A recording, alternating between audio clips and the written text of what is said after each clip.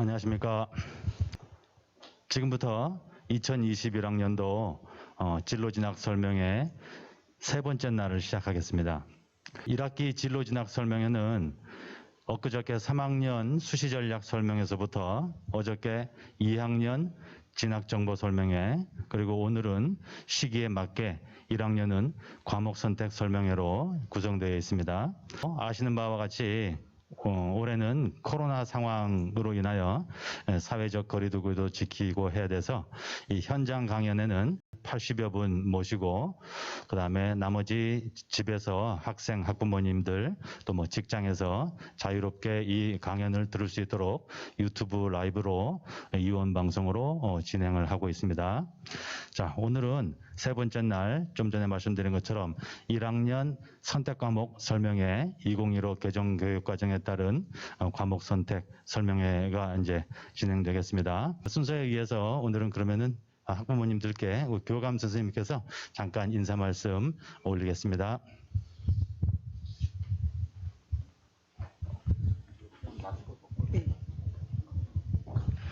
예, 방금 소개받은 교감 박노순입니다. 인사드리겠습니다.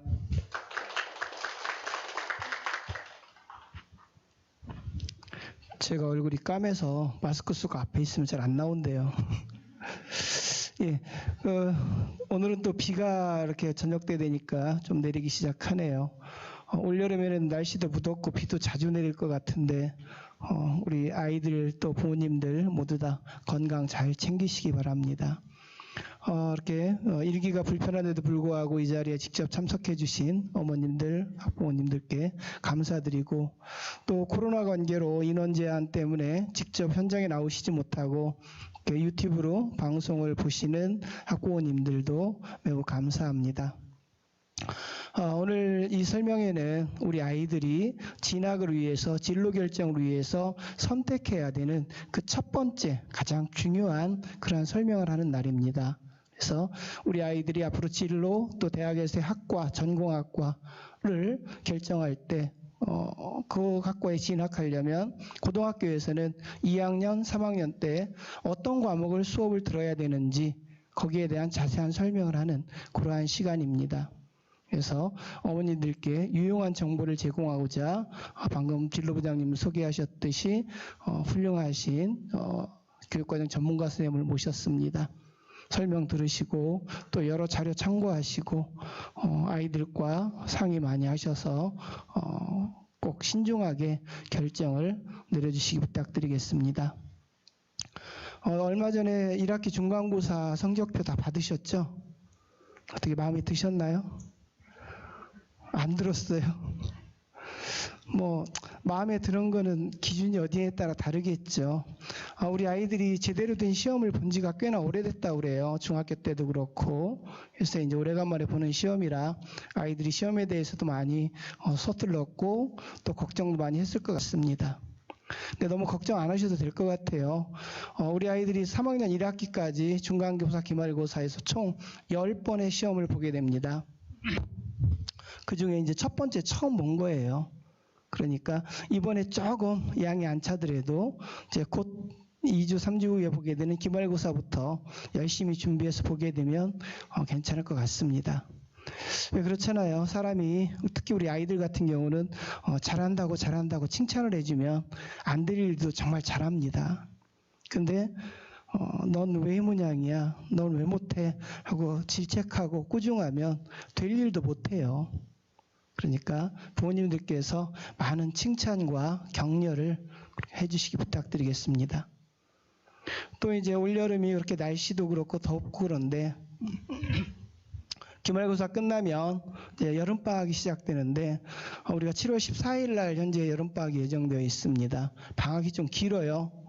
34일간입니다. 그래서 여름방학 중 학교에서 알차게 준비하고 있습니다. 보충수업, 자율학습을 열심히 지금 학년부장을 중심으로 해서 계획하고 있는데 학교가 제일 시원합니다.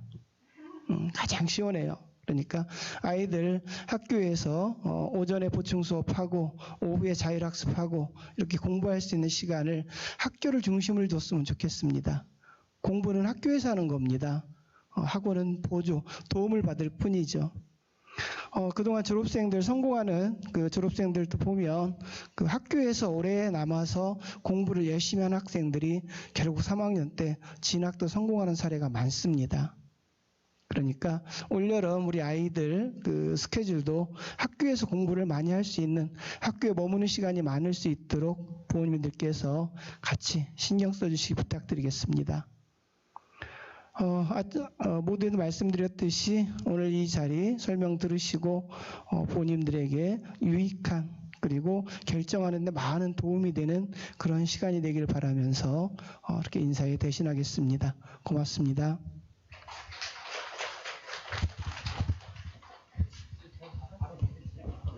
예, 그럼 우리 강사 선생님, 심재준 선생님 모시겠습니다.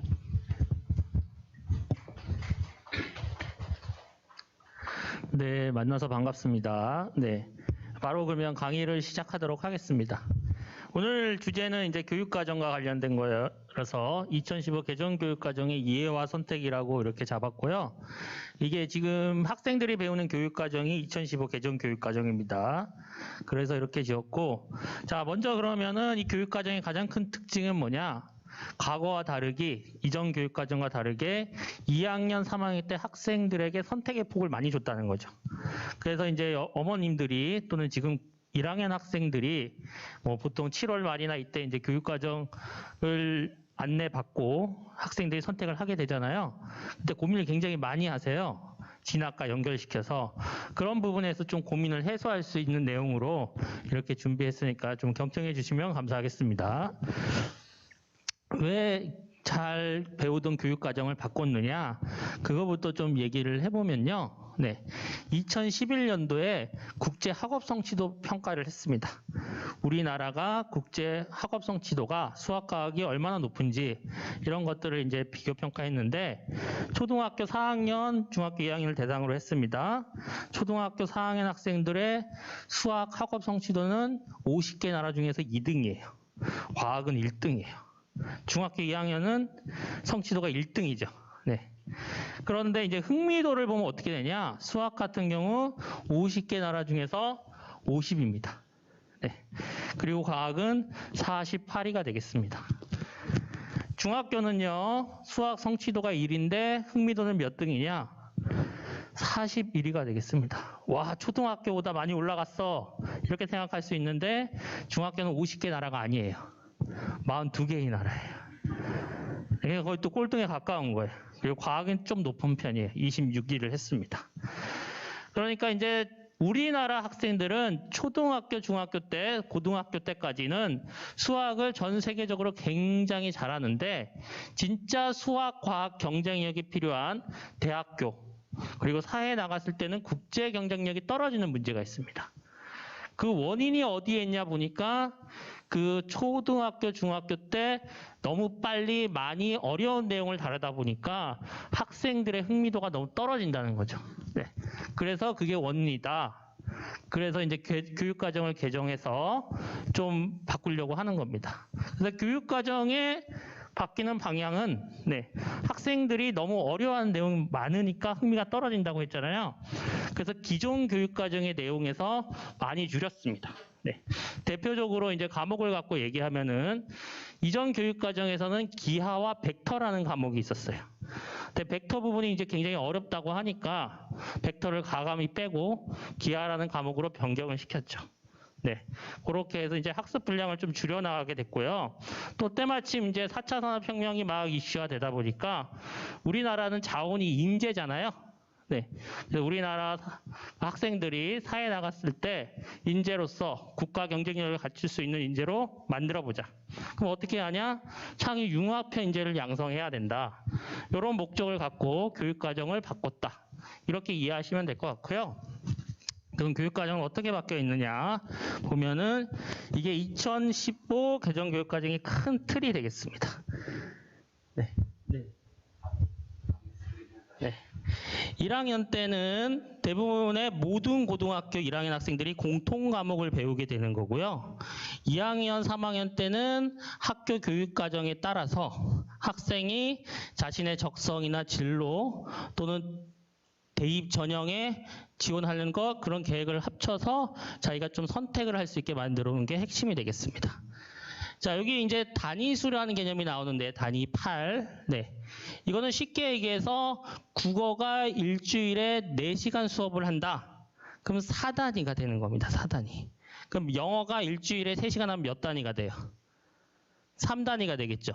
그래서 1학기 때 4시간 하고 그럼 4단위 배우는 거고요. 2학기 때 또 4시간 수업을 하면 4단위 배우게 되겠죠.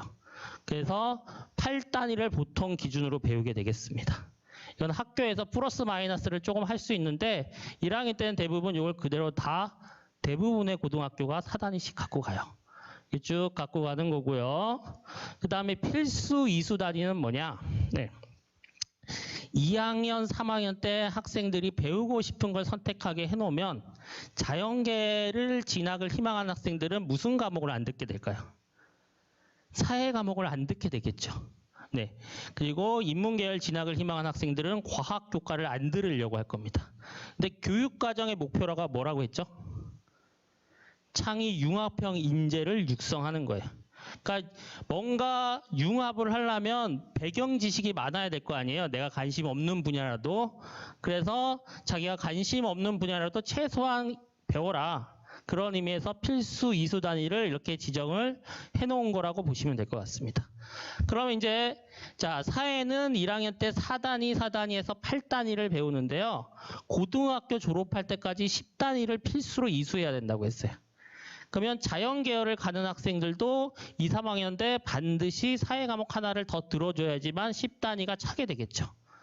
과학 과목은 이거 들으면 10단위인데 필수 이수 단위가 12단위니까 네, 마찬가지로 네, 인문계열 학생들도 2, 3학년 때 과학 교과를 반드시 하나 들어야지만 필수 이수 단위를 기본적으로 채우게 되어 있습니다. 나머지 쭉 보시면 될 것 같고요. 그래서 필수 이수 단위 94단위와 네, 학교에서 자율 편성하는 86단위를 합쳐서 교과 단위는 180단위가 되겠습니다. 그러니까 수업을 하는 시간이 되겠죠. 그리고 창의적 체험활동 24단위. 이 창의적 체험활동은 자율활동, 봉사활동, 동아리활동, 진로활동입니다.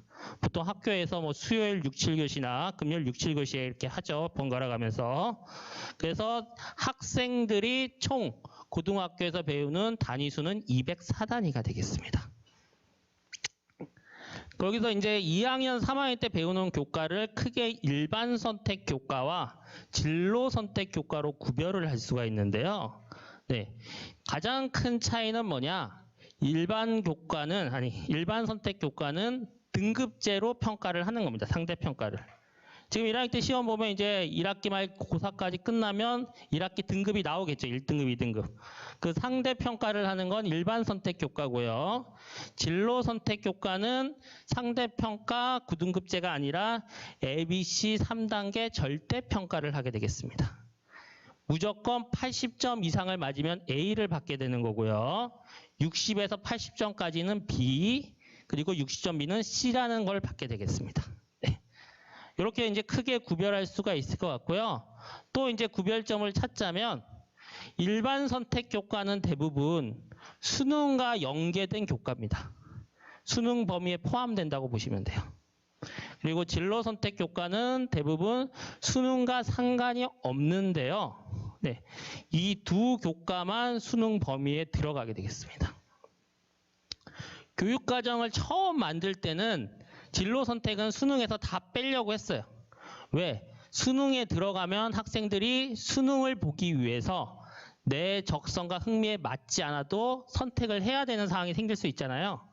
그래서 빼려고 했었는데 그 대학교 공학계열이나 이런 데서 어떤 얘기를 하냐면 교수님들이 야 고등학교 때 기하하고 물리학 2 같은 과학 2 과목을 제대로 배우고 오지 않으면 대학교에서 공학계열 수업이나 이런 걸 따라가기가 굉장히 어려워. 네. 그런데 그 과목들이 수능에 빠져 있으면 학생들이 열심히 공부하지 않을 것 같아. 그러니까 제발 수능에 좀 넣어줘. 이런 거예요. 그래서 기하 같은 경우는 작년 수능에서는 빠졌다가 올해 다시 들어왔죠.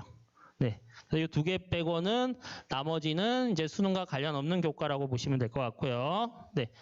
그 다음에 이제 국어에도 실용 국어가 있고, 수학에도 실용 수학이 있고, 영어에도 실용 영어가 있습니다.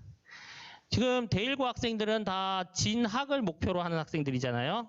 원래 이 교과들은 취업을 목표로 하는 학생들을 위해서 만들어진 교과라고 이해하시면 될 것 같습니다. 그러니까 취업을 목표로 하는 학교가 특성화 고등학교잖아요. 그 학교 학생들을 위해서 사실 개설됐다고 보시면 돼요. 그럼 실용 국어는 뭘 배우는 거냐? 그 취업을 하면 이제 직장 생활을 해야 되잖아요. 직장 생활에서 이제 상사들하고 효과적으로 의사소통하는 방법, 말하는 방법, 이런 거 배우는 교과라고 이해하시면 될 것 같고요. 실용 수학, 실생활에 필요한 수학을 배우는 거예요. 쉽게 얘기해서. 어떤 게 있을까요? 내가 지도를 딱 봤는데 이게 걸어갈 거리가 되는지 안 되는지 확인해야겠죠. 계산해야겠죠. 그럼 축척을 계산할 수 있어야 되겠죠. 실제 거리로. 굉장히 쉬운 거예요. 그런 거 이제 배우는 거고요. 실용 영어는 간단하게 실생활에 필요한 영어가 뭐가 있을까요? 외국인이 나에게 길을 물어봤어요. 그때 간단히 말할 수 있는 거. 간단한 영어 회화. 이것들을 이제 가르치는 교과라고 보시면 돼요. 그러니까 이제 수능을 보기 위해서 필요한 학생들이 알아야 될 단어 수보다 실용 영어는 굉장히 적은 단어 수로 이루어져 있어요. 그러니까 실제 수능에는 도움이 안 된다. 이렇게 이해하시면 될 것 같고요. 일반 선택에서 여기 빨간 글씨를 쳐놓은 것들은 이제 수능에서 모든 학생들이 공통으로 보는 범위에 들어가는 교과가 되겠습니다.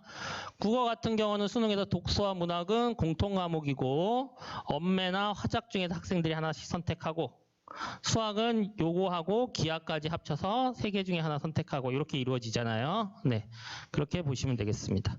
그리고 대1고 교육과정을 보니까 2학년 때 전문 교과가 이렇게 있더라고요. 건축 일반, 한국사회에 의해 인도네시아어. 네, 다 이런 것들은 3단계 절대평가를 하는 교과가 되겠습니다. 전문 교과들도. 네. 그리고 이제 진로 선택 과목이 3단계 절대 평가를 하다 보니까 그 평가에 대해서 실제 대입에서 어떻게 받아들이는지 이걸 잘 모르시는 경우가 굉장히 많이 있으시더라고요. 그래서 좀 설명을 하면은 교과나 논술 전형에서는 ABC 3단계 평가에서 무조건 A를 받는 게 중요합니다. 80점이 넘으면 돼요. 자, 그러면 1번 학교의 학생과 2번 학교의 학생은 똑같이 A를 받았어요. 그럼 얘네들은 평가에서 같은 평가를 받는 겁니다. 단 이제 고려대나 서강대는 그렇게 계산하지 않고 계산 공식이 있어서 이 성취 수준 학생 비율이라는 걸 조금 고려해서 하긴 합니다. 그래서 성적 불필기를 하면은 불리하게 A를 지나치게 많은 학생들에게 주면은 불리하게 이렇게 고려대나 서강대 교과 전형은 설계가 되어 있어요. 네. 그러면 학생부 종합 전형에서는 실제로 이렇게 받았을 때 어떻게 평가하느냐? 학생부 종합 전형에서는 A만 받는다고 좋은 게 아니고요. 정성 평가이기 때문에 네, 한번 따져봐야 됩니다. 자, 둘 다 기하를 이수했는데요. 원점수 95점씩 같아요. 그죠? 네. 그리고 A도 같고 수강생 100명도 같아요. 근데 평균을 보면은 이 학교는 70점이 평균이고 이 학교는 60점이 평균이에요. 95점을 받았지만 누가 더 어려운 시험에서 95점을 받은 거예요. 단순 생각하면 2번 학생이죠. 네. 그리고 성취 수준 학생 비율을 보겠습니다. 이 학교에서는 A를 받은 학생이 21%고 여기는 4%예요. 네. 그럼 이거 상대평가로 바꾸면 1등급에 거의 해당되는 거잖아요. 그죠? 그럼 이걸 정성평가했을 때는 똑같이 A를 받았다고 하더라도 이 학생을 더 높게 평가할 수가 있게 되겠습니다. 그래서 학생부 종합전형에서는 무조건 A를 받는 게 아니라 이런 것들을 다 고려해서 평가하기 때문에 높은 원점수의 A를 받는 게 중요하게 되겠습니다. 네. 물론 과목 평균도 영향을 미치고 성취 수준 학생 비율도 영향을 미치지만 이거는 학생이 노력해서 바꿀 수 있는 부분이 아니잖아요. 그죠? 그럼 학생 입장에서는 무조건 높은 원점수를 받는 걸 생각해야 된다. A가 목표가 아니라 그렇게 이해하시면 됩니다. 그다음 이제 학교에서 교육과정을 짤 때 고려해야 될 것들이 굉장히 많은데요. 네, 그 중에 하나만 이제 좀 얘기해 보면 수학을 갖고 한번 해보겠습니다. 수학 교과는 위계가 굉장히 명확하죠. 네. 그러니까 중학교 수학을 못하면 고등학교 수학을 잘 못하고 고1 때 수학을 못하면 고2 때 그리고 수투를 못하면 미적분을 잘하기가 어려워요. 그래서 위계가 명확한 과목인데 그래서 그 위계를 잘 지키면서 학생들이 배울 수 있도록 하기 위해서 교육부에서 이제 교육과정을 짜는 걸 어느 정도 정해놨습니다. 어떤 거냐면 1학년 때 공통 수학을 배우면요 2학년, 3학년 때 이 교과들을 다 배울 수가 있어요. 네. 그런데 이제 경제 수학이라는 교과가 있는데요. 그거는 수학 1을 이수해야지만 배울 수가 있어요. 그 다음에 이제 자연계 학생들에게 굉장히 중요한 교과죠. 미적분이 있죠. 그러면 미적분은 수원, 수투를 이수해야지만 보통 배울 수 있어요. 그러면 네 만약 그래서 보통 학교가 2학년 1학기 때 수학 1을 배우고요. 2학년 2학기 때 수학 2를 배워요. 그러니까 미적분은 대부분의 고등학교가 언제 갈 수밖에 없어요. 3학년 1학기에 갈 수밖에 없어요. 만약 미적분을 수능 과목이니까 좀 빨리 배우고 싶어요. 2학년 때. 그러면 미적분을 2학년 2학기 때 개설하려면 교육과정이 어떻게 바뀌어야 될까요? 2학년 1학기 때 수원, 수투를 다 나가야 돼요. 그럼 학생들이 굉장히 벅차겠죠. 그래서 일반적으로는 그게 2학년 1학기 때 수학 1을 배우고 2학년 2학기 때 수학 2를 배우고 3학년 1학기에 미적을 배우는 게 가장 일반적이다. 그리고 학통이나 기하 같은 경우는 1학년 교과만 마치면 언제든지 배울 수 있는 거라서 학교별로 사정에 따라서 뭐 2학년 때 배우는 학교도 있고요. 3학년 때 배우는 학교도 있고 학교 특성에 맞게 다 다르게 편성이 되어 있습니다. 네. 이런 게 이제 대표적으로 또 이제 위계가 중요한 교과가 과학이 있습니다. 과학이. 네. 자, 학교 수준을 갖고 이제 결국 선택할 때 우리 아이가 진학하는 전형과 연계해서 생각을 하게 되는데요. 그런 차원에서 우리가 어떤 대입 전략을 학교에서 갖고 가고 어떤 전형을 중요시해야 되는지 한번 생각을 해보겠습니다. 학교 수준인데요. 보통 학교에서 이제 모의고사를 봤어요. 3월 모의고사 봤잖아요. 그죠?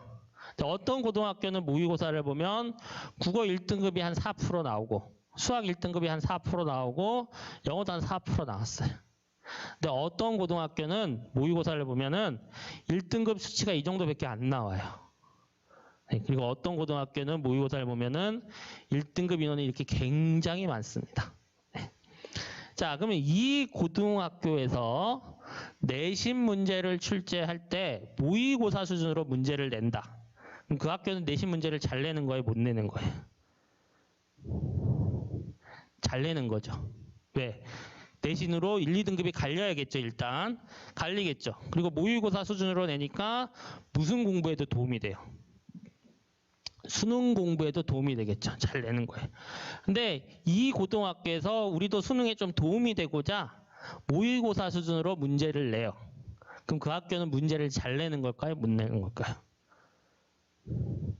이 학교 학생들에게 모의고사는 굉장히 어려운 시험이에요. 네. 그러니까 공부를 열심히 하는 학생도 어차피 어려워서 못 풀어요. 근데 이제 그렇게 어렵게 내다 보면은 나는 열심히 했는데 내 친구는 놀았어요. 근데 둘 다 어려웠죠. 근데 내 친구는 운 좋게 찍어서 맞았어요. 걔가 좋은 등급을 갖고 가면 학생들이 그 다음부터 공부할까요? 안 할까요?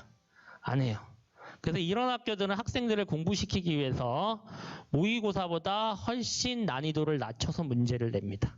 열심히 한 학생들이 좋은 등급을 받을 수 있도록 하고 그렇게 해야지만 학생들이 공부를 조금 더 하거든요. 근데 이 고등학교에서 모의고사 문제를 내신 문제를 모의고사 수준으로 내요. 그럼 그거는 출제를 잘한 걸까요? 못한 걸까요? 못한 거예요. 왜? 이 학교 학생들에게 모의고사는 굉장히 쉬운 시험이에요. 근데 그렇게 내버리면은 100점 맞은 학생이 굉장히 많을 수가 있어요. 그럼 뭐가 안 생길 수 있어요? 1등급이 없을 수 있게 되겠죠. 또 그 학교에서 진짜 공부 잘하는 학생인데 실수로 하나를 틀렸어요. 그럼 1등급 실력의 학생이 4등급이 될 수도 있어요. 그것도 좋은 평가가 아니잖아요. 그래서 여기는 변별력을 확보하기 위해서 모의고사보다 훨씬 어렵게 내게 되겠습니다. 네. 그러면 이제 전형이 교과 전형이 있고 뭐 종합 전형 있고 논술 전형이 있을 수 있잖아요. 그 논술 전형에서 보는 논술 시험은 모의고사보다 쉬울까요? 어려울까요? 어려워요. 여기 상단에 위치하게 된단 말이에요. 그러면 이제 이 고등학교 학생들은 모의고사도 어려운데 또 논술 시험은 더 어려우니까 아예 지원할 엄두를 안 내죠. 거기다 수능 체제도 강하게 걸려 있고, 반면에 이쪽 고등학교 학생들은 논술 시험을 자기가 해볼 만한 시험이라고 생각을 하겠죠. 그래서 이런 학교별 수준에 따라서 지원하는 전형이 달라져요. 그걸 이제 상관관계를 다시 그래프로 그려보도록 하겠습니다. 자, 전국에서 내신도 1등급 되고 모의고사, 수능 실력도 1등급 대 최상위권 학생들, 이 학생들이 가장 먼저 생각하는 전형은 뭘까요? 우리 애가 지금 1등급이에요.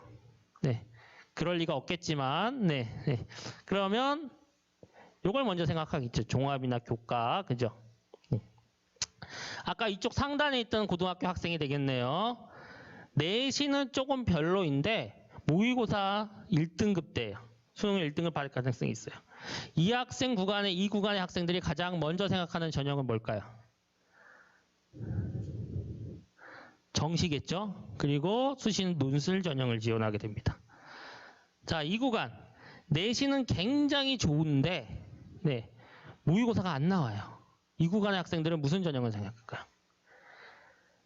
정시가 40% 확대돼도 수시에서 갈 수 있는 대학이 훨씬 좋은 경우가 많아요. 그래서 이 구간의 학생들은 또 교과와 종합을 생각합니다. 그러니까 이제 이 지역적으로 학력 수준이 낮은 고등학교 지역의 학생들이 내신이 좋아도 생각보다 굉장히 낮은 대학을 가는 경우가 많습니다. 어쩔 수 없이 얘네들하고 경쟁해야 되니까 떨어져야 되겠죠. 지원을 피해야 되겠죠. 그래서 이제 그런 현상이 생기고요. 자, 요 구간 내신하고 수능이 비슷하게 가는 구간. 이 구간은 무슨 전형이 떠올릴까요? 요건 학생이나 부모님의 가치관이 결정을 합니다. 내가 땡땡 대학교 나왔는데 우리 애는 적어도 땡땡 대학교 이상을 반드시 가야 됩니다. 아빠가 교육에 관심이 높습니다. 거기 가는 줄 알고 있어요. 그럼 어디로 넘어가야 돼요? 이렇게 넘어와야 되는 거죠. 제가 우리 애를 너무 잘합니다. 우리 애는 재수해도 절대 공부를 하지 않을 거예요. 제발 빨리 갔으면 좋겠어요. 합격할 수 있는데 그냥 써서 보내고 싶어요. 그럼 어디로 가요? 낮은 대학으로 이렇게 내려오는 겁니다. 네. 자, 이 구간 내신 완전 별론데 모의고사 완전 잘 나오는 애들, 얘네들은 어떤 전형으로 가야 될까요? 네. 이 친구들은 걱정하지 않아도 됩니다. 왜? 존재하지를 않아요. 그러니까 아까 이제 교감 선배님도 뭐 중간고사 잘 봤냐 이런 거 물어봤는데, 중간고사 조금 안 나왔다고 정시로 빨리 돌리겠다, 좋은 전략이 아니에요. 네, 아직 너무 이른 거예요. 그거는 반대의 경우도 마찬가지겠죠. 거의 존재하지 않습니다. 근데 학교에 이런 학생들만 있는 게 아니죠. 어떤 학생들 있어요? 공부에 관심 없는 친구들. 이 친구들은 어떤 전형으로 가야 돼요? 떠오르지 않죠. 네. 모든 학생들이 대학을 가거나 모든 학생이 공부로 성공하는 시대가 아니에요. 빨리 꿈과 희망을 찾아주는 게 중요한 겁니다. 부모로서. 네. 자, 그럼 이렇게 표를 그렸는데, 그러면 대1고의 지금 학교 수준은 어디에 있냐 생각을 해봐야죠. 확실히 이쪽은 아니에요. 이쪽은 아니에요. 그죠? 지나치게 이쪽도 아니에요. 요 정도 라인이 걸릴 것 같아요. 맞나요? 네. 그럼 이렇게 제가 레이저를 그렸을 때 전체 학생들에게 가장 중요한 전형은 뭐예요? 네. 아마 많은 학생들이 정시를 염두에 두고 있을 것 같아요. 그래서 이제 정시부터 우리가 한번 살펴보도록 하겠습니다. 자, 그래서 이제 2학년, 3학년 선택 과목 결정할 때 제일 먼저 생각해야 될 게 수능이에요. 수능.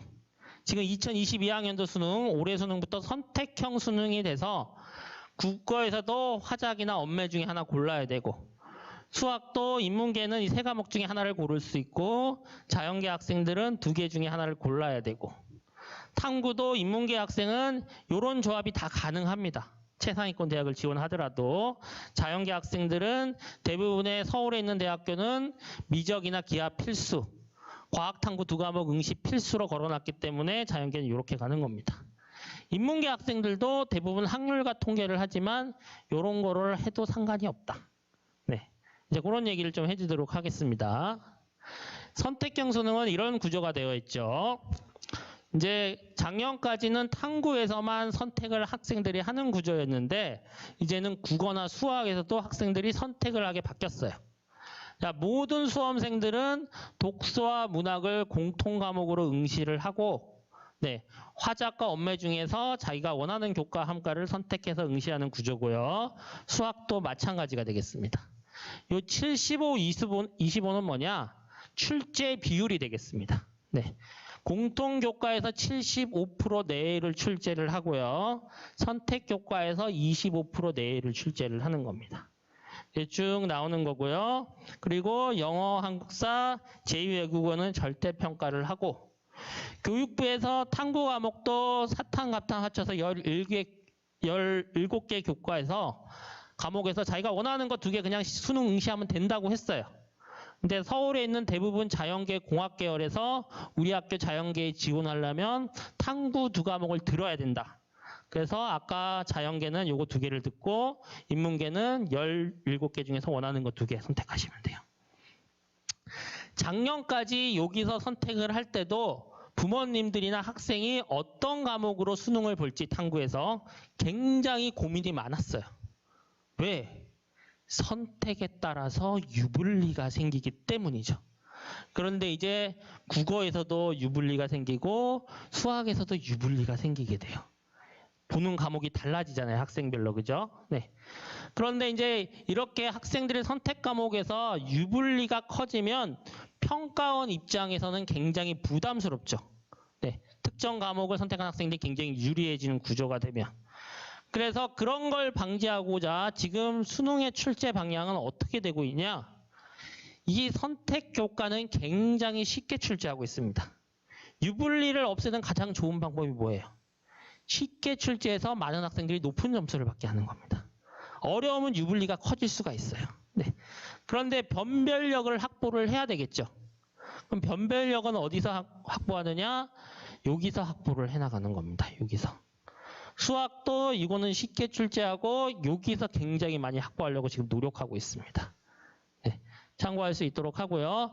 또 그럼에도 불구하고 어쨌든 보는 과목이 다르면 유불리가 생길 수 있기 때문에 이거는 76점 만점이었어요. 3월 모의고사에서 76점 만점에서 그 점수 원점수를 그대로 활용했는데 선택 과목은 그런 유불리를 줄이기 위해서 조정 원점수라는 걸 활용하게 되겠습니다. 공식이 이렇게 되는데요. 네, 공식에 대해서 좀 설명을 드리도록 하겠습니다. 네. 자, 그러면 이제 화법과 작문을 선택한 학생이 있고 언어와 매체를 선택한 학생이 있겠죠. 네. 하작을 선택한 학생은 이렇게 시험을 보게 되는 거고요. 언매를 선택한 학생은 이렇게 시험을 보게 되는 겁니다. 그리고 이렇게 집단이 구성이 되겠죠. 집단이. 네. 이 원점수는 뭐냐? 우리 아들이 화작을 선택했어요. 우리 아들의 점수예요. 우리 아들의 점수. 그 다음에 이 평균 표준 편차는 이 과목을 선택한 집단 학생들의 평균과 표준 편차예요. 그 다음에 요거는 선택 집단의 공통 과목 점수라고 되어 있는데 요렇게 선택한 학생들의 요 평균만 따로 산출한 거예요. 요 평균, 표준 편차만. 그리고 네 그렇게 됩니다. 자 그럼 이렇게 보면은 표준 편차 평균 나와서 막 이제 헷갈리기 시작하는데 구조적으로 보면 여기까지 곱하기가 이루어지죠. 그 다음에 여기에 더하기가 되는 거야. 그럼 이 과목 선택 과목 이 둘 집단의 요 과목의 평균이 높은 쪽이 유리하게 되는 거겠죠. 이게 기본 점수가 되니까. 네. 예를 들어서 여기는 독서 문학 집단의 평균이 50이고 나의 원점수는 20점을 맞았어요. 화작. 네, 얘는 이렇게 맞았어요. 이걸 공식에 대입하면은 이렇게 되는 거예요. 이렇게. 요거는 이제 쉽게 알 수가 없어요. 우리가 알 수가 없고 일반적으로 이 점수가 어디가 높으냐가 중요하냐. 평균이 높으려면은 공부 잘하는 학생이 많이 선택한 과목의 평균이 유리하겠죠. 우수한 집단이 되겠죠. 지금까지 3, 4, 6 모의고사에서는 언어와 매체가 유리한 교과였습니다. 과목이었습니다. 언어와 매체. 네. 자, 그러면 이제 좀 더 점수적으로 분석을 해보면요. 실제로 네, 언매를 선택해서 100점을 만점 맞은 친구와 화작을 선택해서 100점 만점 맞은 친구의 표준 점수는 이렇게 3점 정도가 차이가 났습니다. 수시에서는 등급이 중요하지만 정시에서는 뭐가 중요해요? 표준 점수가 중요합니다. 표준 점수. 그리고 표준 점수 1점으로 당락이 결정이 되는 거예요. 네. 근데 똑같이 100점을 맞았는데 3점의 차이가 3월 모의고사에서 난 거예요. 네. 그 다음에 1등급 표준 점수가 131점이었습니다. 근데 이 표준 점수 131점을 맞은 학생의 점수표는 이렇게 다양할 수가 있어요. 네. 일단 언매를 선택한 학생들은 한 88, 89를 맞으면 131점을 맞는 구조고요. 화작을 선택한 학생은 90점이 넘어야지만 131점을 맞아요. 그럼 어느 학생이 어느 과목이 유리해요? 언매가 또 유리하겠죠. 그리고 언어와 매체를 잘 보면은 얘는 88점인데 131점이고 이 친구는 89점인데 131점이에요. 근데 자세히 뜯어보면은 얘가 뭘 잘 봤어요? 공통 과목을 잘 봤죠. 그리고 화작도 똑같이 91, 90인데 얘가 공통 과목을 잘 봐서 점수 구조가 잘 나왔어요. 요걸 이제 정리하면은 일단 화작보다 언매가 수능에서 유리합니다. 구조적으로. 네. 그리고 선택 과목, 화작이나 언매보다 공통 과목을 잘 보는 게 중요합니다. 네. 그런데 유리한 게 언매인데 왜 언매는 이렇게 적은 학생들이 선택을 했을까요? 3월 모의고사에서 26%밖에 언매를 선택하지 않았어요. 왜 그랬을까요? 언매에서 이제 배우는 대표적인 게 문법이 있어요. 문법은 학습량이 굉장히 많습니다. 외워야 될 것도 굉장히 많고. 네. 그리고 화작은 이제 공부를 안 해도 웬만큼 점수가 나오는 과목이에요. 네. 그런 게 특징적인 부분인데요. 그래서 상위권 학생들은 화작을 그럼 왜 선택을 안 했느냐? 웬만큼 나오는데 공부를 안 해도 웬만큼 점수가 나오지만 네, 완벽히 공부하는 게 어렵대요. 최상위권 학생들 입장에서. 근데 언매는 공부할 양은 많지만 완벽히 공부하면은 높은 점수를 받을 가능성이 높다는 거죠. 그러니까 잘하는 애들은 좀 힘들어도 완벽히 해서 좋은 점수를 받고 싶은 거고 학업 성취도가 조금 낮은 친구들은 좀 더 편하게 해서 좋은 점수를 받고 싶은 마음이 컸던 거예요. 근데 학생 중에서 잘하는 애가 많아요? 잘 못하는 애들이 많아요? 잘 못하는 애들이 많죠. 쉬운 길을 많이 선택한 거예요. 그래서 제가 지금까지 유리하다는 것은 점수를 기준으로 했을 때 유리하다는 거고요. 그 학생의 역량에 따라서는 유불리가 달라질 수 있어요. 최상위권 학생들은 대부분 언매가 그냥 유리하다고 생각하는데 중위권 학생들은 자, 화작에서 89점을 맞으면 표준 점수 128점이고요. 네, 언매에서 85점을 맞으면 127점이에요. 근데 언매 85점을 받는 것보다 화작 89점을 맞는 게 더 쉽다고 생각하는 애들이 많은 거예요. 네, 그래서 이렇게 되는 거고요. 그래서 이거는 학생에 따라 이제 어떤 과목을 선택하냐, 이제 그거는 학생의 특성이 좀 고려돼야 되고요. 또 하나 고려해야 될 거는 요겁니다. 네. 자, 선택 과목별 제시문의 글자 수를 비교해 봤어요. 3월하고 6월. 대략 보면 화작의 제시문에 글의 양이 많습니다. 자, 그럼 이제 어떤 학생들이 있느냐? 국어 모의고사를 보는데 1학년 때 80분이라는 시간이 굉장히 빠듯한 거예요. 그러면 3학년 때는 어떻게 되느냐? 3학년 국어 모의고사 그리고 실제 수능은 제시문도 어려워지고 분량도 많아져요. 읽어야 될 게. 그럼 그때 시간 부족을 호소하는 애들이 굉장히 많아집니다. 그 평소에 책을 많이 읽지 않고 또 그 읽는 속도가 느리다. 그리고 성실한 학생이다. 그러면은 이쪽을 선택하는 게 나쁘지 않은 전략이 될 수가 있겠죠. 글자 수가 적으니까. 네. 이런 것도 이제 선택할 때 고려해야 될 사항이 되겠습니다. 그 교육청에서는 이제 1등급의 과목별로 몇 %인지 발표를 안 해요. 그래서 이제 제가 근무하는 학교를 포함해서 대략 한 8개 고등학교의 국어 선택자들의 나누고 이제 1등급 비율을 한번 따져봤어요. 언매를 선택한 학생들이 적었음에도 불구하고 1등급의 64%는 언어와 매체를 선택한 학생들이 가져갔다. 네. 그리고 2등급부터는 비슷하게 가는 구조를 보이죠. 화작 선택한 애들이 워낙 많으니까. 네. 자, 수학을 한번 보도록 하겠습니다. 수학은 이제 공통 과목이 74점이 만점이었고 선택 과목이 26점이었습니다. 자, 확통을 선택한 학생이 20만 명 정도로 가장 많고요. 그 다음에 미적이 1만 명 정도 되겠네요. 12만 명 정도 이렇게 되고 기하는 굉장히 소수만이 선택을 했습니다. 쉽게 구분하면은 확통은 인문계열 학생들이 선택을 하고요. 자연계열 학생들은 미적과 기하 중에서 선택하는데 일반적으로 대다수의 학생은 미적분을 선택했고 아주 소수의 학생들, 어떤 학생이냐? 네, 미적분을 어려워하는 학생들. 일부가 기하로 갔고요. 또 학원 선생님이 기하가 쉬워서 좋다. 뭐 이렇게 말씀하셔서 조금 넘어간 애들 조금 있습니다.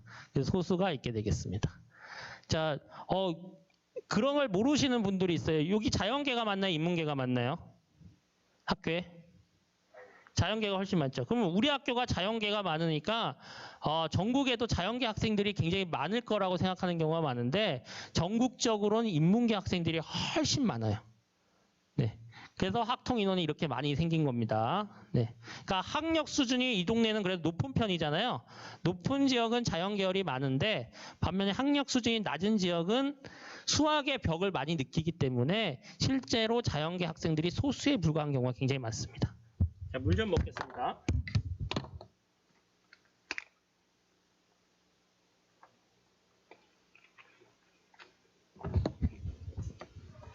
자, 보시면은 그래서 100점 만점일 때 미적이 가장 유리하고 기하가 그다음 확통 이렇게 되겠습니다. 그리고 아까 똑같이 기하를 보면 되겠죠. 공통 교과를 잘 보는 게 유리하다. 이렇게 이해하시면 될 것 같아요. 그래서 정리하면은 학통보다 기하보다 미적분이 이제 유리하고요. 작년까지는 수학이 수학 가나형이 있어서 인문계, 자연계가 따로 등급을 산출했지만 지금 선택형 수능에서는 인문계, 자연계 따로 산출하지 않죠. 다 같이 산출합니다. 네. 그리고 선택 과목보다 공통 과목, 특히 수투를 잘하는 게 굉장히 중요하게 되겠습니다. 네. 그리고 요것도 이제 한번 고려해 봐야 될 거예요. 이 전제 조건을 충족해야 돼요. 수학 잘하는 인문계열 학생도 일제 내가 인문계니까 무조건 학통을 선택하는 게 아니라 미적분 선택을 고민해야 되는 상황이 됐어요. 이거는 이제 수학을 굉장히 잘하는 인문계 학생이 되겠습니다. 또 그게 굉장히 이제 대립되는 게 뭐냐? 수학을 굉장히 잘하면 인문계를 갖진 않겠죠, 사실. 네. 그런 이제 일이 있긴 하는데 왜 이 말씀을 드리냐? 미적분이 학통보다 훨씬 표점이 유리하다 보니까 지금 자연계 최상위권 학생들이 어떤 생각을 하냐면 네, 시험을 보고 여차하면은 서울대 경영이나 서울대부터 했고 인문계열에 교차 지원하겠다. 지원이 다 되거든요. 그래서 그런 현상이 이제 많이 발생할 수가 있어요. 그래서 이제 이런 부분도 이 조건을 만족한 학생은 고민을 좀 해야 되는 거고요. 실제로 이제 요거는 뭐냐면 3월 모의고사에 보면은 밑에 보면은 정답률이 나와요. 정답률. A는 정답률이 80% 이상, B는 60에서 80%, C는 40에서 60%, D는 20에서 40%, E는 20% 미만이 맞춘 문제예요. 그런데 이제 수원 수투에서 각 선택 과목 집단별로 정답률의 차이가 나는 것만 한 4개를 뽑아봤어요. 그러니까 미적분을 선택한 학생들은 이 4번 문제, 정적분을 값을 계산하는 문제인데요.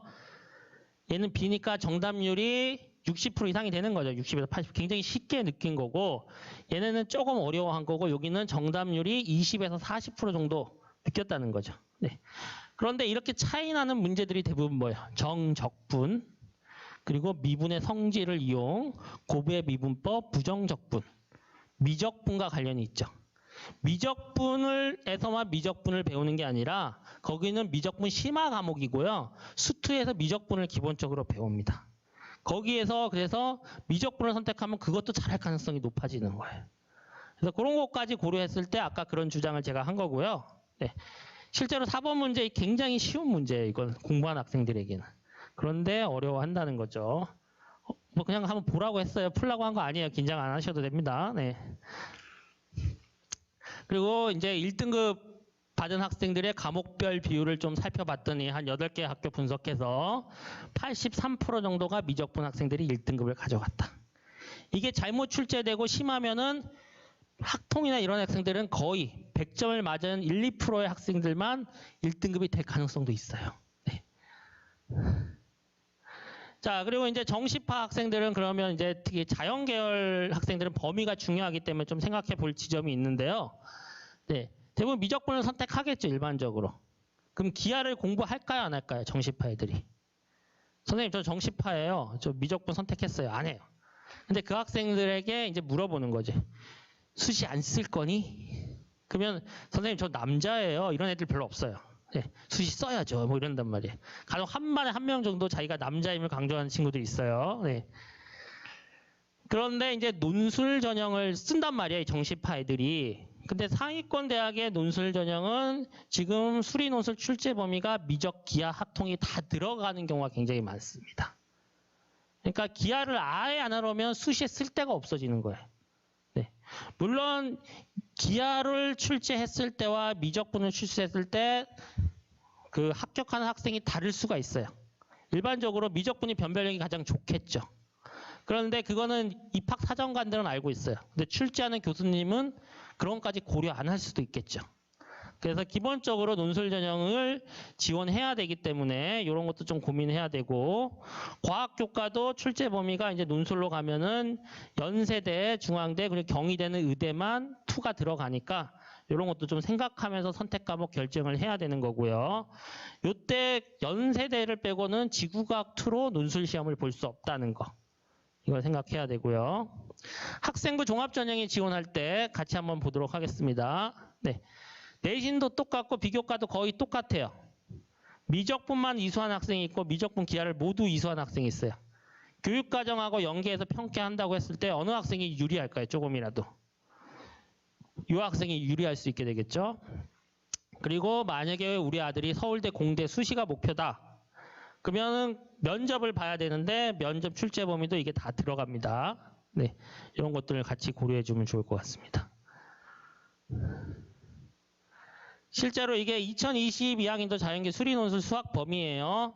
상위권 대학, 연대는 뭐 일반 진로까지 다 포함을 시켜놨고요. 대부분이 수학 전범위에서 기하를 포함시켰고, 중앙대만 좀 특이하게 학통 제외하고 기하 들어갔고, 네. 건국대 밑으로는 이제 기하가 빠지는 모습이 이제 나와요. 근데 지금 1학년 때 건국대를 목표로 하진 않을 거 아니에요. 그죠? 네. 그래서 이제 이쪽을 생각한다면 그런 걸 같이 고려해 주면 되겠습니다. 그래서 이제 선택 과목을 결정할 때 수능 중요하고요. 논술 전형 시험 범위. 인문계는 시험 범위가 크게 상관이 없어요. 범위라는 게 존재하지 않는다고 그냥 보시면 돼요. 네. 그 다음에 이제 만약에 학생부 종합전형에 지원하면은 지원학과의 교육과정, 요구하는 이수 교과, 이런 것들을 고려를 해야 되겠죠. 그건 어떻게 보면 되느냐? 우리 아들이 상경계열에 지원한다. 기본적으로 수원, 수투는 수능을 봐고 학교 지정이니까 다 봐야 되겠죠. 네. 일반적으로는 그냥 학통을 갈 것 같아요. 학통. 네. 그러면 진로 선택에서는 뭘 들어주면 될까요? 상경계열이니까. 경제수학. 네. 경제수학. 그런데 수학을 진짜 잘한다? 그럼 얘를 듣는 것보다 이걸 듣는 게 더 대학은 높게 평가를 해줍니다. 실제로 서울대 뭐 경영이나 경제에서 미적분 듣고 합격하는 애들 많아요. 네. 그 다음에 사회문제 탐구.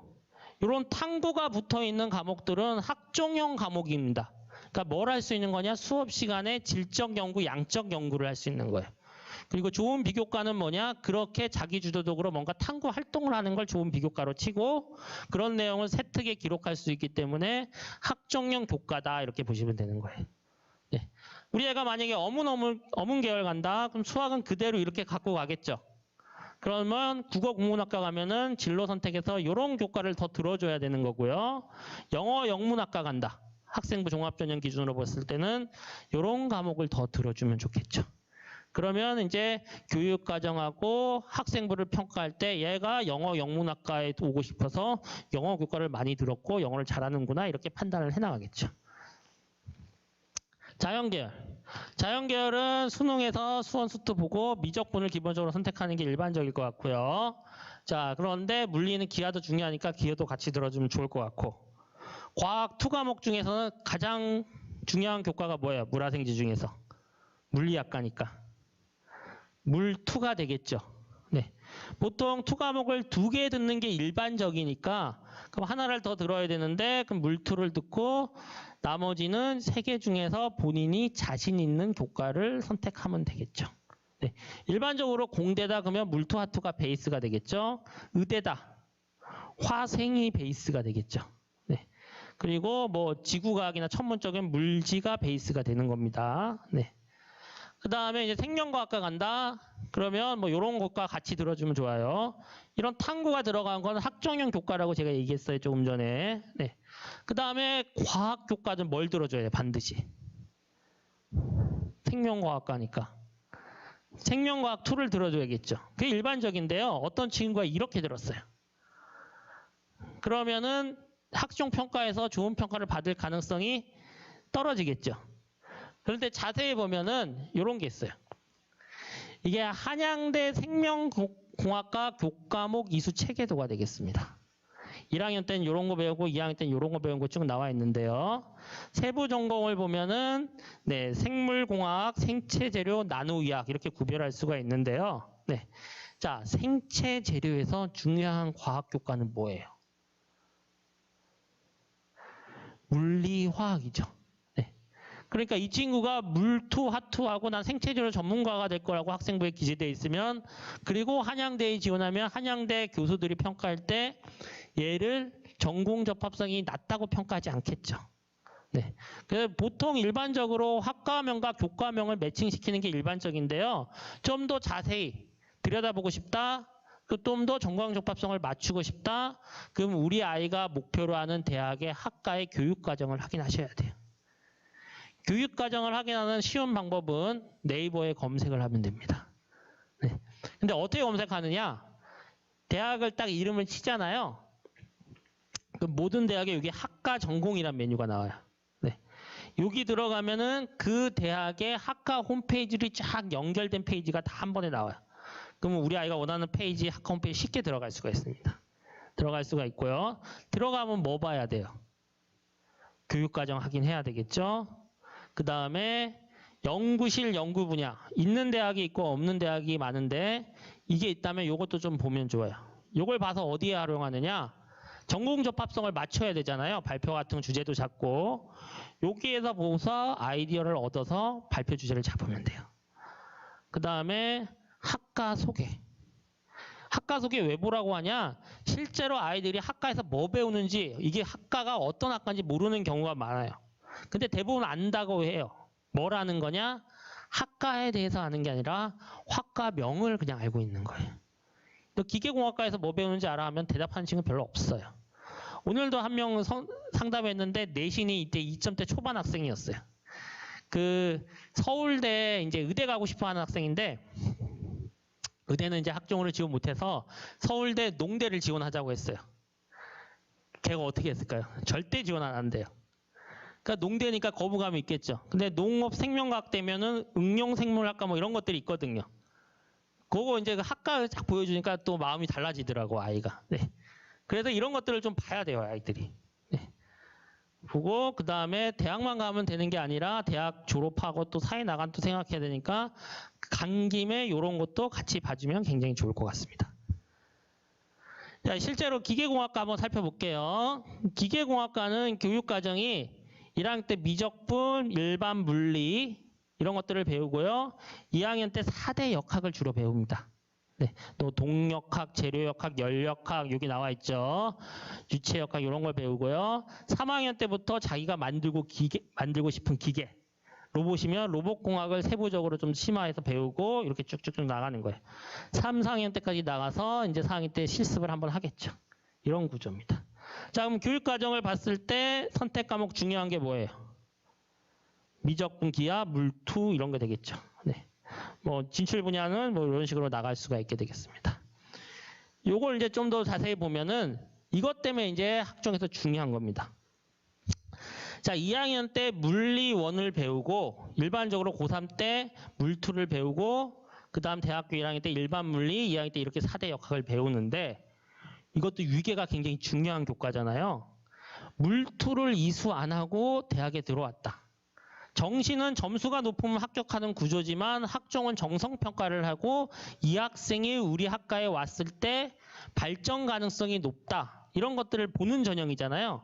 근데 이 물2를 이수 안 하면은 얘가 일반 물리나 이런 걸 잘할 가능성이 있어요, 없어요? 없죠. 그래서 학생부 종합전형은 학과와 일치하는 교과 이수가 중요한 겁니다. 네. 요게 이제 실제로 대학교에서 배우는 기계공학과에 배우는 것을 이제 텍스트 마이닝 기법으로 이렇게 정리를 해봤어요. 여기 메이저 맵이란 사이트에 가면요, 대학에 따라서 학과에 따라 다 이렇게 정리를 해줘요. 네. 그럼 실제로 뭘 배우냐? 4대 역학 배우는 걸 볼 수 있죠. 연력학, 재료역학, 동력학 뭐 이런 식으로 쭉 볼 수 있죠. 이것도 어떻게 활용하면 좋으냐? 결국 여기에 나온 글자가 우리 아이 학생부에 많이 기록되면은 평가 과정에서 전공 접합성이 높다는 평가를 받을 가능성이 높겠죠. 그래서 이 글자를 잘 활용하는 것도 학종 준비하는 학생들은 굉장히 유용합니다. 그러니까 메카트로닉스 이런 글자가 적혀 있는 학생이 몇 명이나 있겠습니까? 근데 우리 아이 기록 적혀 있으면은 평가에서 전공 접합성이 높다고 평가될 수가 있는 겁니다. 자, 그래서 이제 가장 중요한 건 이 전형에서 우리 아이가 어느 학과에 가느냐, 수능에서 어느 과목을 선택하는 게 괜찮을 것 같으냐, 이걸 갖고 선택 과목을 결정해 나가는 거예요. 그리고 이제 위계가 있는 교과는 이것도 따져야 되는데 과학에서 이제 좀 따지셔야 돼요, 특히. 뭐냐면 의대 선호도가 여기도 높죠. 근데 의대를 가려면 극상위권이 돼야 되는 거예요. 그게 안 되면 이제 공대를 진학을 해야 되는데 의대 갈 거니까 물리를 선택 안 한 경우가 굉장히 많아요. 그런데 이제 2점대나 이 정도 되면은 공대 지원하려는데 또 물투를 하니까 또 걸리는 거예요. 그런 경우 굉장히 많이 있고요, 실제로. 또 내신이 조금 안 나와서 정시로 서울대를 가려고 해요. 지금은 아무 생각 없는데 그 물화생을 선택했어요, 물화생. 근데 수능에서 서울대 가기 위해서는 2과목을 하나를 반드시 해야 되는데 학생들이 과학2에서 가장 많이 선택하는 교과는 지구과학2죠. 근데 물화생을 하면 3학기 때 지구과학2를 이수할 수 있어요, 없어요? 못해요. 그래서 그런 것들을 종합적으로 고려해서 선택을 해줘야 되는 거고요. 뭐 진로 선택 과목 3과목 이상 이수해야 되는데 이건 학교에서 교육과정 짤 때 고려를 해놓습니다. 그리고 아까 말씀드린 필수 이수 단위를 3년 동안 이걸 다 충족을 해야 됩니다. 요거 충족 못하면 졸업을 못하는 거예요. 그 가장 중요한 건 요 3개가 되겠습니다. 그럼 대1고 교육과정을 한번 보도록 하겠습니다. 뭐 문학, 독서, 수능 공통 과목이죠. 수원, 수투, 영어 1, 2 다 이게 수능 공통 범위 과목들입니다. 그래서 대부분의 학교가 이 교과들은 학교 지정으로 다 깔아놔요. 모든 학생들이 수능을 봐야 되기 때문에 선택권을 대부분의 학교가 안 준다고 보면 될 것 같고요. 기준 단위는 뭐냐? 교육부에서 이 과목을 충분히 이수하려면 8단위를 이수해야 된다는 거예요. 그러면 쭉 보면은 문학이나 독서는 중요 과목이니까 조금 더 많이 배우는 걸 볼 수가 있대요. 그죠? 수학은 일단 기준 단위보다 한 단위 적게 배우고 이런 것들을 좀 확인할 수 있고요. 뭐 그 다음에 이제 여기서 제가 좀 이쪽으로 가겠습니다. 잘 안 보여서. 자, 필수 이수 단위 다 채웠죠. 그리고 아까 자연계열 학생들도 사회 과목을 하나 들어줘야 된다고 했는데 그 필수 이수 단위를 충족하기 위해서 모든 학생들이 자연계열 학생이라도 고정과 윤리를 필수로 이수하게 지금 교육과정이 설계되어 있어요. 반대로 인문계열 학생들도 사회 과목 하나를 더 들어줘야 된다고 했죠.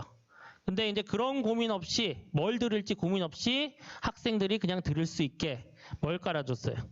과학사를 깔아줬죠.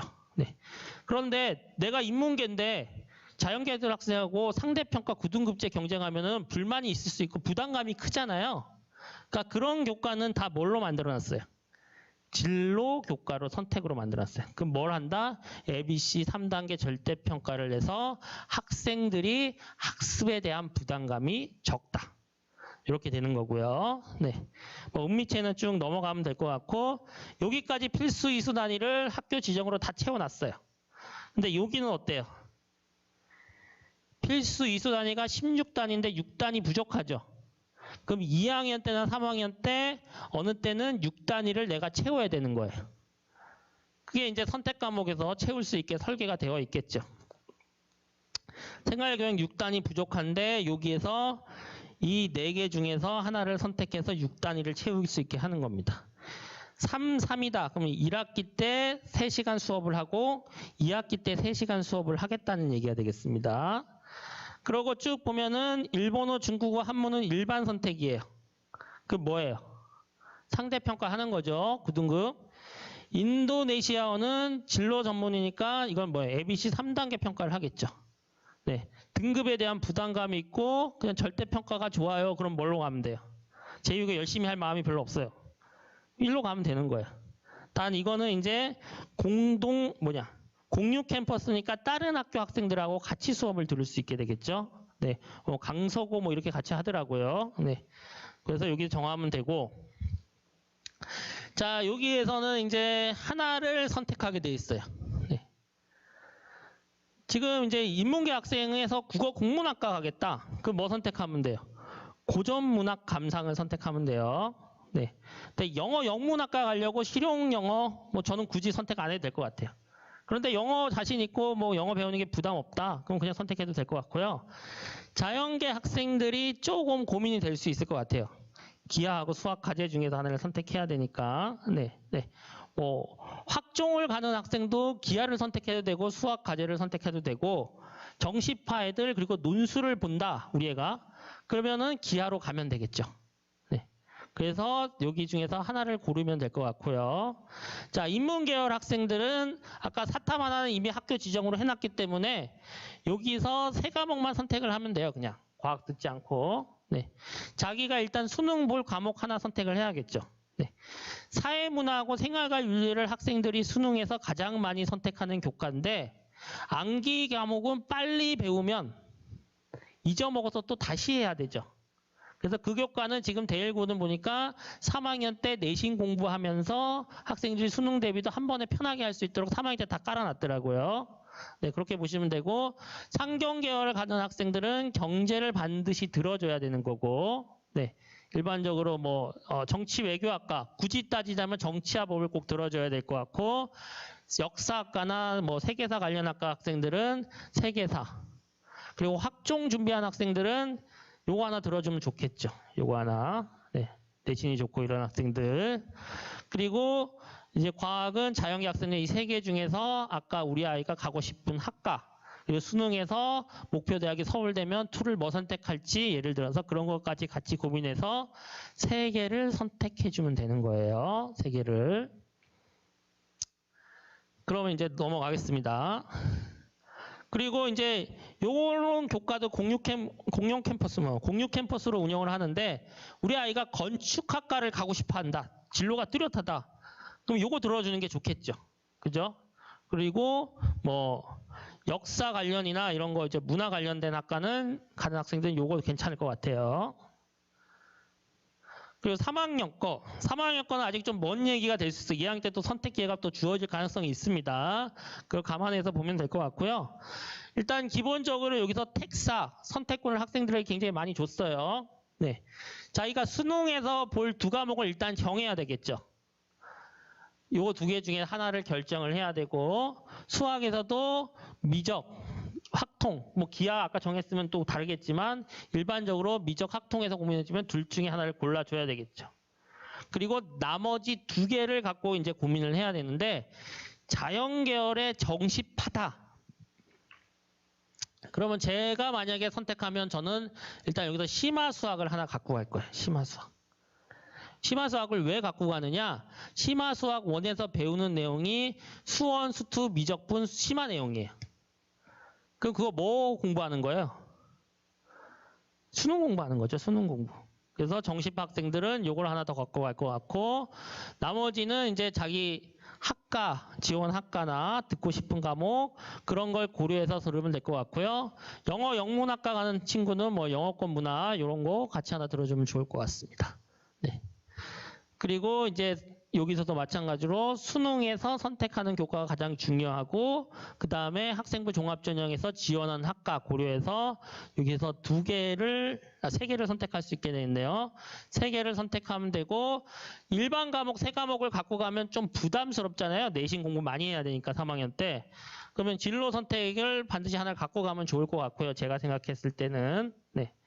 또는 뭐 그럴 것 같습니다. 그리고 2개 선택하면 될 것 같아요. 그리고 여기 공유 캠퍼스 증배 운영은 이거는 원하는 학생만 들으면 되는 걸로 제가 알고 있어요. 그래서 이런 것들을 좀 배우고 싶다.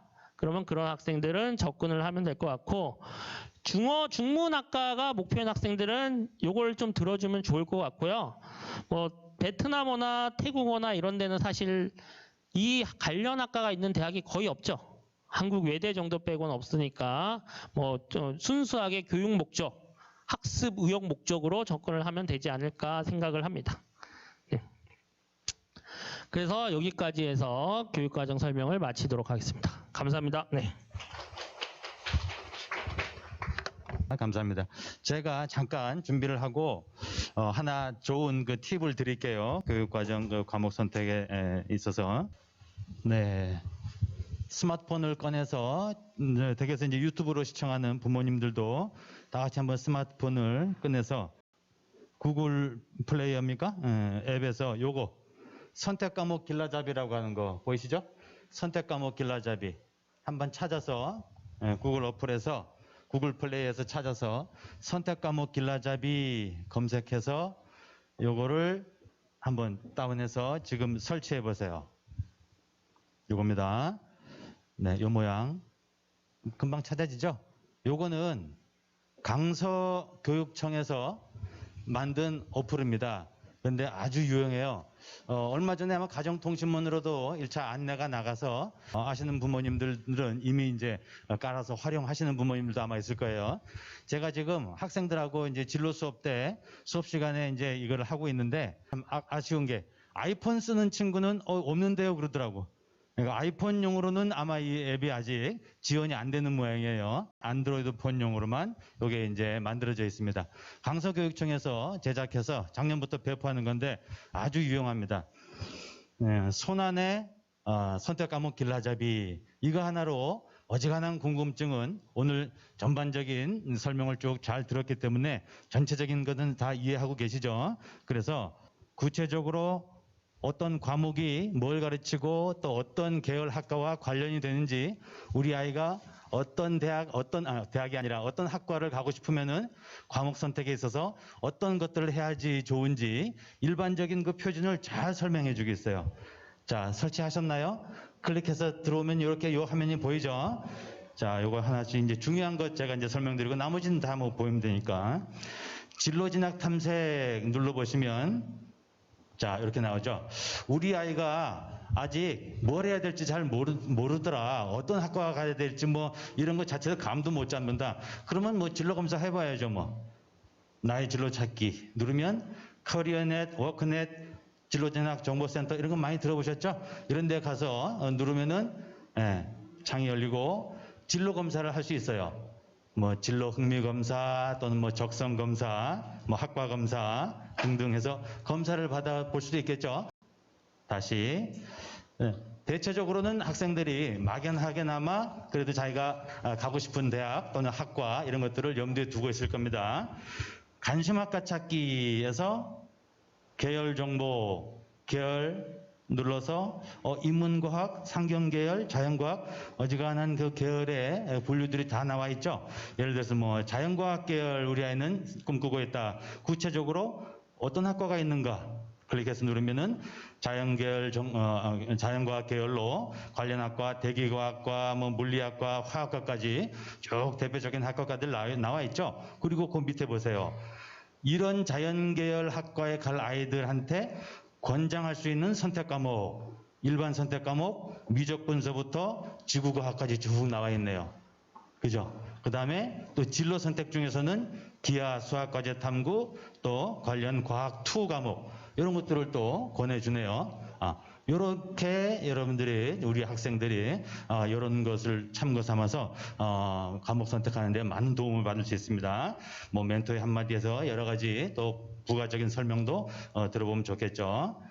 계열 선택으로 접근할 수도 있고 또 학과 계열 정보를 보면 네, 뭐 똑같이 자연과학 눌러볼까요? 네, 좀 더 구체적으로 그 학과가 또 어떻게 이루어져 있고 뭘 가르치는지 네, 수학과 하면은 수학과는 어떤 학과이고 그리고 관련 선택 과목으로는 자 고등학교 때 우리 아이가 수학과를 가고 싶어 한다. 과목 선택 2, 3학년 때 뭘 해야 되지? 자 여기 그 기준을 보시면 되겠죠. 국어 영역에서는 화작, 독서, 언매, 문화 권해주네요. 수학에서는 수원, 수투, 미적분에서 수학 과제 탐구까지 그죠? 영어 교과, 사회 교과, 과학, 기타 교과까지 수학과와 관련된 선택 과목군들을 쫙 일관되게 쭉 이제 보여주고 있습니다. 어떤 학생에게 권합니까? 이런 학생에게 권한다. 또 관련된 정보로 유사학과, 수학과는 이제 대표적인 학과고 또 유사한 것으로 수리과학, 정보수학, 또 뭐 전산수학 전공, 개설대학은 또 서울에는 어떤 대학, 수도권 지방에도 어떤 대학, 상당히 많은 정보가 여기 다 들어가 있죠. 아주 훌륭한 어플입니다. 내가 이 공공기관에서 만드는 어플 중에 이거 어플 만든 사람 최고로 칭찬합니다. 이거 정말 상 줘야 돼요. 정말 우리 부모님들이 또 우리 선생님들이 학생들이 원하는 아주 요긴한 정말 군더더기 다 빼고 핵심적인 그 사항들을 아주 여기에 모두 다 담아내고 있어요. 아주 사용하기도 간편하고 쉽게 그것도 접근하기 좋게 그렇게 만들어진 것이 바로 이 어플입니다. 네. 거기다가 우리 학교 교육과정, 과목 선택 길라잡이까지 이제 봤죠? 우리 학교 교육과정 보면은 조금 전에 본 그런 교육과정 표도 나와 있습니다. 이거 강서 양천 교육지원청에서 만든 거라서 바로 우리 주변 학교들 전부 다 나와 있죠. 대일고등학교 가장 멋있는 그 교표를 가지고 있죠. 객관적으로 봐도 멋있는 것 같아요. 뭐 어떤 학교라고 제가 말하면 좀 그렇지만 좀 학교의 어떤 그 이미지, 상징 이런 것을 이렇게 하는 것은 정말 쌍팔년도 그죠? 우리가 이제 학교 다닐 때 그러는데 우리 학교는 지금 아주 최신의 그 멋진 그런 교표를 가지고 있는 것 같아요. 글꼴을 이렇게 추상화시켜서 레터링이라 그러나요? 이렇게 멋지게 예술적으로 이렇게 만든, 그죠? 다른 뭐 레터링 있는 학교도 좀 다른 데도 있지만 훨씬 더 멋있는 것 같아요. 그렇지 않습니까? 팔이 안으로 굽는 건가? 대일고등학교 누르면 좀 전에 본 그 교육과정이 쫙 이렇게 우리 학교 교육과정이 나와 있습니다. 보다 보면 고정과 윤리 뭘 가르치는 거지? 모르면 눌러봐. 연결되죠. 고정과 윤리는 아까 그쪽으로 또 연결되는 겁니다. 그래서 고정과 윤리라고 하는 것은 이러저러한 것이다. 어떤 내용을 배우는 것이고 관련 정보로 수능 출제 범위 이건 고정과 윤리는 수능 출제는 아니야. 성적 처리 방식은 3단계로 하는 거야. 그죠? 진로 선택 과목이 바로 그렇게 평가하는 거 아닙니까? 이런 정보가 또 여기 또 관련 직업, 관련 학과까지 아주 친절하게 많은 정보를 아주 담아내고 있습니다. 아주 유용하죠? 이 어플을 이용하면 우리 학생들이 또 부모님들이 손안에 마치 백과사전을 가지고 있는 것 같은 그런 느낌을 받으면서 과목 선택하는데 아주 많은 도움을 받으리라고 생각합니다. 뭐 서울형 고교학점제는 각 학교에서 또 개설되지 않는 그런 과목들을 우리 아이가 특별히 또 배우고 싶어한다. 그러면은 공동교육과정이잖아요. 우리 학교 같은 경우는 인근에 있는 강서, 영일 같이 하는 그런 공유 캠퍼스라든가 또는 뭐 거점 학교 뭐 이런 것들이 다 있습니다. 강서, 양천 마주보기 여기 보면은 여기 바로 이제 이 정도까지 가지나요? 이 정도까지. 강서, 영일, 대일, 그죠? 여기가 이제 공유 캠퍼스를 한다라고 하는 것도 이제 소개하면서 이건 아까 이제 소개한 이제 그런 교육과정들 내용들도 나오고 또 공유 캠퍼스 말고도 거점 학교 뭐 과학거점학교 우리 주변에 여기 알고 있죠? 예, 과학거점학교 이제 덕원여고에서 과학 중심의 이제 거점학교로 과학교과를 운영하고 있죠. 이런 뭐 미술, 뭐 다른 분야도 예술, 제2외국어 영일이 주변에서 또 제2외국어 운영하는 학교로 유명하잖아요, 그죠? 영일고의 그 뭐 거점 과정 이제 이런 것도 이제 볼 수 있고, 그래서 이런 공동 온라인 교육 과정도 있고, 거의 대부분의 거의 95% 이상 과목 선택에 대해서 고민하는 친구들이 좀 아쉬워하는 그런 정보들, 또 궁금해하는 거, 뭐 이것저것 괜히 헤매고 찾고 할 필요 없어요. 그냥 이 어플 하나 깔고서 여기서 거의 다 해결할 수가 있습니다.